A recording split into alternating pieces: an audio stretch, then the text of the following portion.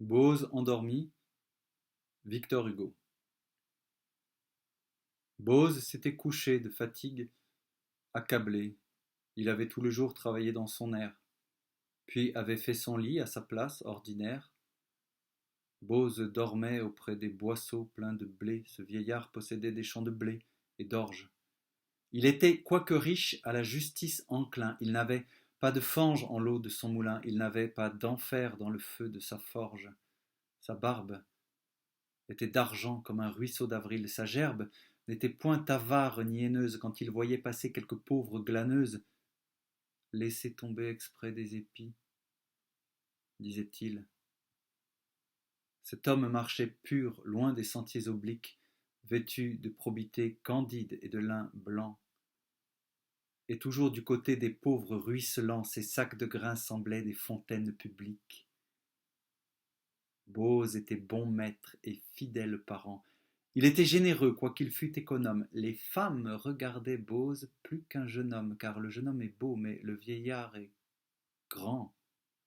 Le vieillard qui revient vers la source première entre aux jours éternels et sort des jours changeants, et l'on voit de la flamme aux yeux des jeunes gens, mais dans l'œil du vieillard on voit de la lumière.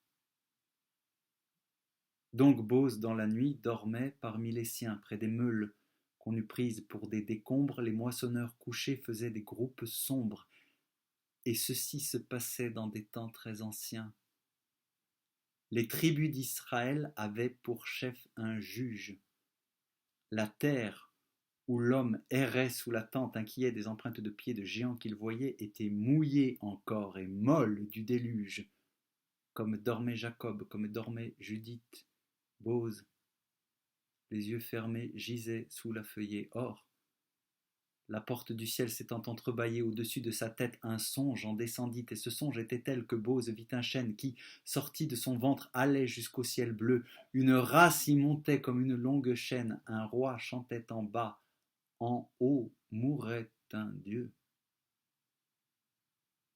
Et Bose murmurait avec la voix de l'âme, comment se pourrait-il que de moi ceci vint?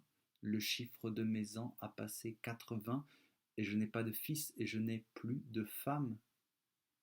Voilà longtemps que celle avec qui j'ai dormi, ô Seigneur, a quitté ma couche pour la vôtre, et nous sommes encore tous mêlés l'un à l'autre, elle à demi vivante et moi mort à demi. Une race naîtrait de moi. Comment le croire? Comment se pourrait-il que j'eusse des enfants?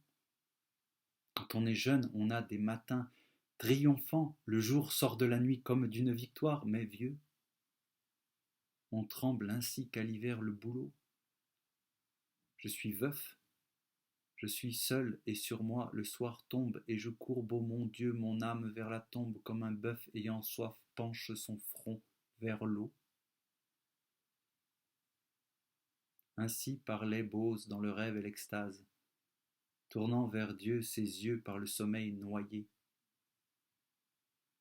Le cèdre ne sent pas une rose à sa base, et lui ne sentait pas une femme à ses pieds. Pendant qu'il sommeillait, Ruth, une Moabite, s'était couchée aux pieds de Bose, le sein nu, espérant on ne sait quel rayon inconnu quand viendrait du réveil la lumière subite. Bose ne savait point qu'une femme était là, et Ruth ne savait point ce que Dieu voulait d'elle.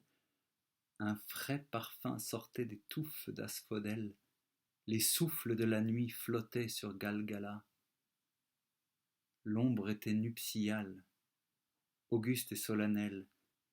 Les anges y volaient sans doute obscurément, car on voyait passer dans la nuit par moments quelque chose de bleu qui paraissait une aile. La respiration de Bose qui dormait se mêlait au bruit sourd des ruisseaux sur la mousse.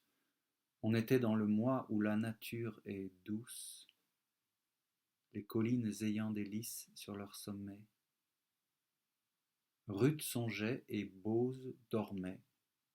L'herbe était noire.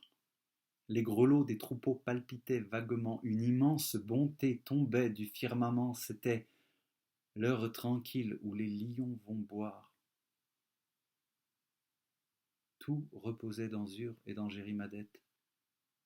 Les astres émaillaient le ciel profond et sombre, le croissant, fin et clair parmi ces fleurs de l'ombre, brillait à l'Occident, et Ruth se demandait immobile, ouvrant l'œil à moitié sous ses voiles, quel Dieu, quel moissonneur de l'éternel été avait en s'en allant négligemment jeté cette faucille d'or dans le champ des étoiles.